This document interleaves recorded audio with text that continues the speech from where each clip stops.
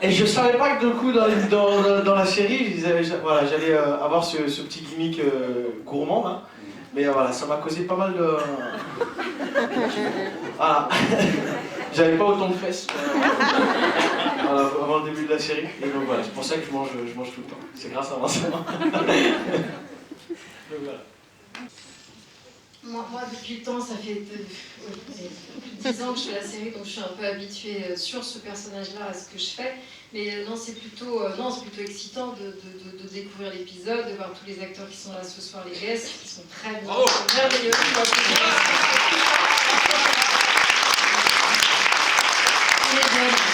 Et moi, ce qui m'intéresse surtout, c'est de voir ce qu'on a fait, ce que metteur en scène a fait au montage, comment tout ça, la sauce prend, comment les acteurs, voilà, les guests, les scènes dont on n'est pas, on découvre tout le reste. Donc c'est ça qui est passionnant.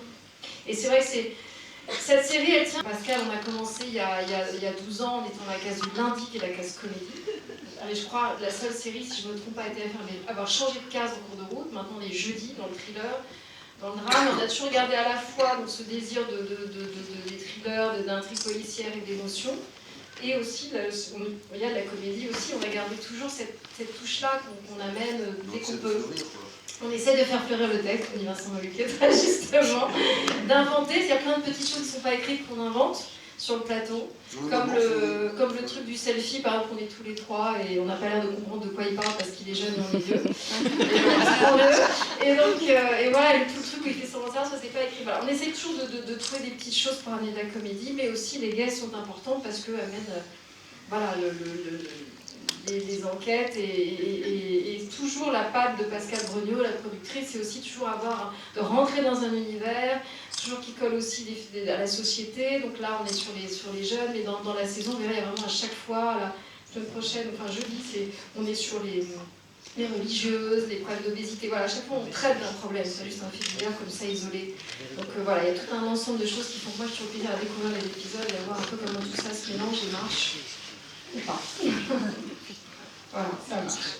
Très complète, hein. Oui, réponse, alors là, franchement, il est d'accord, tout va bien. Monsieur. Bonsoir. J'ai découvert votre série par l'intermédiaire de mon épouse et ma fille, qui sont fans. Donc j'avouerais que j'ai subi un tout petit peu au départ. Et je suis rentré dans l'histoire, les personnages. Donc c'est vrai qu'il y a une complicité, je dirais, assez sympa. D'ailleurs, j'aimerais savoir comment vous vivez, vous, au quotidien, ce rapport, cette complicité de vos personnages. Est-ce qu'il y a un réel lien et je vois ce nouveau jeune homme là, qui arrive dans la série, qui remplace l'ancien acteur. Comment lui vit le fait d'arriver tout nouveau avec deux acteurs assez solides dans l'histoire? Bah, nous, enfin, moi je parle après, je passe le micro, mais moi j'ai un vrai coup de cœur pour Ahmed. Voilà. Donc en fait, on travaille, tous les deux, en tout cas on répète, on cherche des choses. Il débute, donc il connaît rien, mais il est très rapide. Donc il comprend vite. Et j'ai vraiment du plaisir moi, en tout cas, non, mais c'est vrai, parce que nous, on a 20 ans de métier, c'est bon, lui, il débarque. Donc, il vient de la scène, c'était pas un acteur qui a fait beaucoup de films. T'as pas fait de films, toi aussi? C'est quelques trucs, si, depuis. Donc, voilà. Après, la complicité avec Jean-Michel, ça dépend du jour. Ça dépend des jours, donc... Ça dépend des jours. Je sais pas si t'as compris, toi, mais... En tout cas, ça dépend. Je pense que jeudi, ça se passe plutôt pas mal. Vendredi, c'est autre chose. Bon. Alors, en tout cas, enfin, bref, voilà. Hein. Il y a une petite partie de nous, comme dans ces personnages, on va dire. Ils nous emmènent quelque chose. Et on a du mal à...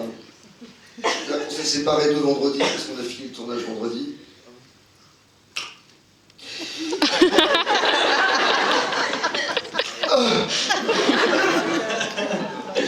Non, pour vous répondre, moi qui suis arrivé, c'est vrai, tout nouveau sur la série, je suis arrivé un petit peu à tâtons.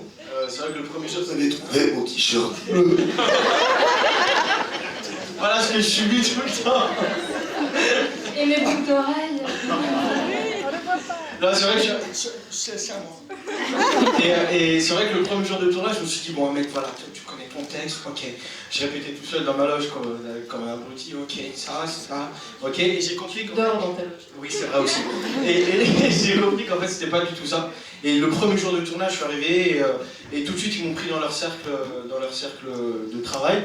Parce qu'en fait, ils refont la scène, la comédie, ils essaient de, ok, on va faire comme ça, comme ça, comme ça. Et donc, du coup, c'est vrai que j'ai été tout de suite mis à l'aise, en fait. Voilà, donc pour moi, c'était... mais les deux, là... pendant les tournages et tout... Là, ils sont adorables. Hein. Ils sont comme dans la vie. Lui, beau gosse, elle, belle gosse. Et moi, noir. On est deux.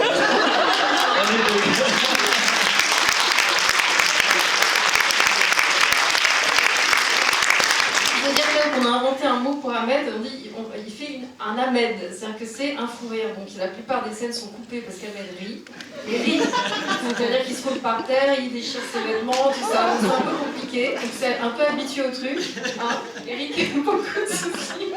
Donc là, toute l'équipe se tait et on essaye de le calmer. Non, t'es pas traqueur, t'es juste rieur, quoi. Ouais, tout le temps. Bah, ça te fait rire. C'est ça. Mais c'est parce qu'ils font les... Ils sont surtout Jean-Mille. En fait, je vais vous expliquer, comme moi je suis nouveau et je connais rien, et comme ils ont du métier, c'est-à-dire que quand on fait la scène, quand le réalisateur dit action, eux ils sont tout de suite dans le truc. Ça veut dire que même si 2 secondes avant on était mort de rire, etc., moi il me faut du temps. Et donc quand ils font un plan sur moi, donc les deux sont de dos, et ils me font des petits regards genre... Et donc moi je peux pas, j'arrive pas. Donc j'ai pas encore cette habitude-là. Mais je vous promets l'année prochaine, s'il y a une autre saison, c'est moi qui vais vous faire votre arrivée dans la série est juste top. Franchement, vous intégrez.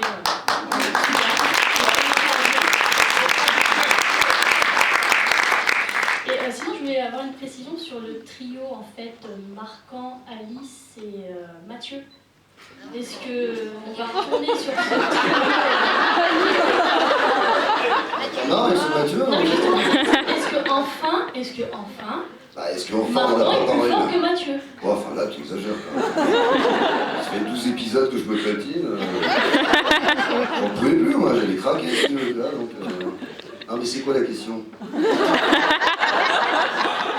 Est-ce qu'on retournera dans un trio entre vous trois ou est-ce qu'enfin Marquand et Alice Ah non. Ça on va pas vous le dire, mais l'histoire avec Marquand, c'est ça en fait. Et voilà. Tout est possible. On attendait depuis... Donc je sais bien qu'on attend depuis longtemps qu'on soit ensemble. Et on est bien content. On est ensemble, mais c'est compliqué. Mais en même temps, il y a des écueils, il y a des épreuves à passer, donc ça... En fait, cette saison, on est ensemble, mais pas d'une manière domestique et bourgeoise. On est ensemble de manière plus passionnée. Hein. Parce que c'est compliqué. On n'est pas dans la tartine, on n'est pas dans le petit déjeuner à 2 romantique. Hein. On est dans un truc un peu plus... On a bien vu la semaine dernière... Hein la semaine dernière, un film de la semaine dernière, c'était déjà... bien piquant. Pourvu que ça dure. Bistouflet. Et bistouf. Enfin bon. Je sais pas ce qui va se passer. Ouais. On dit pas. Moi je peux le dire, moi je suis pas... S'il revient, Mathieu? Non, mais en ce qui concerne Mathieu, c'est possible. C'est pas possible. Hein. Pourquoi pas d'ailleurs, ce serait une bonne idée. Non.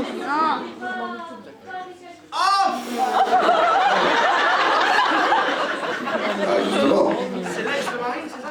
Oui, voilà. Ouh là là. Je me barre avec lui, en fait, on la laisse tout seul.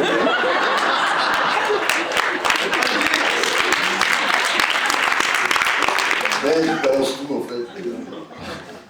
Alors, une petite pistouflette? Bonsoir. Je voudrais savoir, enfin, je suis Je connais tout intéressée... le monde, tous les prénoms. Bonsoir, Josiane. Non, moi c'est Cathy. Non, mais je vais taquiner, hein, Cathy. Non, je voudrais savoir, et je suppose que vous avez beaucoup de travail sur ces tournages. Grave. Et donc, je voudrais savoir approximativement ce que ça vous donne en temps de travail, un feuilleton, un épisode. Je vais laisser répondre au réalisateur. Oui. Alors, Eric Leroux, s'il vous plaît. Leroux en 2 mots. Hein. Je le dis parce que le générique au début sont plantés, mais c'est pas grave, c'est bien à la fin. Mais c'est pas grave. Il paraît que c'est la soirée des revendications, des t-shirts bleus, tout ça, donc tout va bien. Un épisode d'Alice Nevers, c'est 10 jours de tournage pour un épisode de 52 minutes. On les tourne par salve de 2, histoire de pouvoir optimiser justement tous les coûts de production et de pouvoir avoir nous une continuité de narration, les réalisateurs avec les comédiens. Donc on les tourne 2 par 2, qui sont en général les 2 épisodes diffusés la même soirée, plus ou moins dans l'ordre de tournage. Cet épisode-là qui sera donc diffusé jeudi en 8, pas celui qui vient mais le prochain, sera donc associé avec un autre épisode que j'ai également réalisé. Et donc voilà, c'est 10 jours de tournage. En fonction des histoires, les personnages ont plus ou moins d'impact sur la durée de tournage. Donc en général, Marine et Jean-Mi qui sont un peu pratiquement tout le temps là avec nous. On va dire, je sais pas, sur 10 jours, ils sont là 8 à 9 jours. Il y a toujours une petite journée ou 2 petites journées qu'on arrive à isoler, histoire de leur laisser la possibilité de se reposer, et puis surtout de faire un peu ce qu'ils ont besoin de faire. Et nous, on va travailler uniquement avec les guests. Les séquences qu'on voit avec nos jeunes camarades là-bas, il y en a quand même un paquet qui sont tournés sans nos héros. Donc dans ces cas-là, on les regroupe tous le même jour, de façon à pouvoir à la fois libérer les personnages principaux de l'histoire à des fins domestiques, et en même temps de pouvoir travailler efficacement. Et bourgeois. Et de pouvoir travailler avec nos petits camarades. Voilà. 10 jours par épisode. Voilà. D'accord, je vous remercie, c'était intéressant de le savoir. Voilà, c'est aussi important. Et la préparation? Alors la préparation, c'est fluctuant. Cette préparation, on est aux alentours de... C'est à peu près le même temps que le tournage, on peut considérer. On est entre 4 et 5 semaines, on va dire, véritablement de préparation effective. Voilà, mais ça peut varier, ça dépend un peu des sessions. Mais voilà, on va dire que de manière usuelle, c'est 5 semaines. Ça peut être un petit peu moins, ça peut parfois être à peine plus. On va dire que 5 semaines, c'est légitime. 5 semaines de prépa, 4 semaines de tournage, 2 grosses semaines de post-production en termes de montage et en termes de travail sur le son, plus après une finition de la post-production qui se passe derrière, où là, on va dire que c'est plutôt les affinements pour avoir des cassettes diffusables par le diffuseur TF1. Donc voilà, c'est un projet qui pour nous les réalisateurs, ça nous embarque sur 2 à 3 mois de travail pour faire 2 épisodes. Voilà. Voilà. Une question, mademoiselle, première. Alors moi, je suis pour les boucles d'oreilles tout le temps parce que je trouve ça juste magnifique. Ah, merci. Parce que les boucles d'oreilles, il faut les mettre partout. Moi, j'avais une question pour vous, en fait. Je sais que vous filmez par Steadicam, et je voulais savoir, c'est quoi la différence pour nous, spectateurs C'est 47 kilos. Non, c'est une légende. Non, la différence pour vous, spectateurs, entre un filmage traditionnel, on va dire, et... Bah, j'ai envie d'espérer que rien de différent, parce qu'en fait moi j'utilise pas vraiment le Steadicam pour ce qu'il est. C'est-à-dire le Steadicam, c'est une machine qui permet de se déplacer un peu partout en compensant les vibrations de déplacement. Et en général c'est une machine qui est utilisée justement pour faire des grands plans séquences qui n'en finissent plus, où on commence sur scène, on finit dans le hall de TF1 et on termine sur le pont Biraquet. Voilà. Moi je l'utilise pas comme ça, je l'utilise plutôt comme un outil qui me permet de me déplacer moi rapidement dans le décor, de me déplacer rapidement, parce que je cadre également les films que je réalise, parce que je suis le caméraman et le réalisateur, donc le Steadicammer et le réalisateur. Donc ça crée une proximité avec mes acteurs, ça me permet moi d'être en interaction directe avec mes mises en scène, de pouvoir pratiquement être dans ma tête en train de monter en direct que je suis en train de tourner, et donc de pouvoir interférer directement sur ce qui se passe, de permettre à ces comédiens qui, comme ils vous l'ont dit tout à l'heure, fleurissent les scènes, partent sur une proposition qui est le scénario, parce que le scénario n'est pas contractuel, c'est une proposition qui est faite à tous les protagonistes artistes de la production, aussi bien techniciens qu'acteurs. Et à travers ça, voilà, on fleurit les choses, mais à un moment il faut que quelqu'un puisse les interpréter, et cette personne c'est le caméraman, et en l'occurrence comme je suis également réalisateur derrière les caméras, cette machine me permet d'aller chercher les choses comme vous faites avec votre iPhone. Vous vous approchez, vous les reculez, vous le faites instantanément, rapidement, donc c'est comme ça que j'utilise le Steadicam. À la fin, ça donne un film où on va dire qu'il n'y a pas énormément de mouvements de caméra, mais la caméra peut rapidement, dans un temps assez court, se déplacer dans le décor, aller chercher des plans rapidement, là où habituellement, on va dire qu'il faut plus de monde et plus de temps et plus de place pour le faire. Voilà. Donc au résultat final, c'est à peu près pareil, mais sauf que ça me permet à moi, dans le temps qui m'impartit, d'avoir plus de plans, et d'avoir peut-être des plans un petit peu plus pertinents, parce que la même personne qui réalise et qui cadre, forcément, il n'y a pas d'interface, ça peut être pertinent, je l'espère en tout cas. Ce que vous ne savez pas, il y a des personnes qui savent ce que c'est qu'un Steadicam ou pas? Non, d'accord. Alors en fait, un Steadicam, c'est une caméra sac à dos qu'on porte comme ça sur le ventre, comme les bébés vont mettre bébé. Sauf que là, il y a 50 kilos à peu près, 50 kilos. Et ce monsieur, vous voyez là, très gentil, très souriant, tout ça, il porte toute la journée 50 kilos devant lui, comme ça. Et donc... Excuse-nous. Voilà. Donc non, en fait, c'est un réel exploit parce que c'est le seul... exactement. C'est le seul réalisateur qui fait ça, qui se trimballe comme ça avec sa caméra. Donc c'est juste pour aller beaucoup plus vite et crier sur les gens. Bien, juste...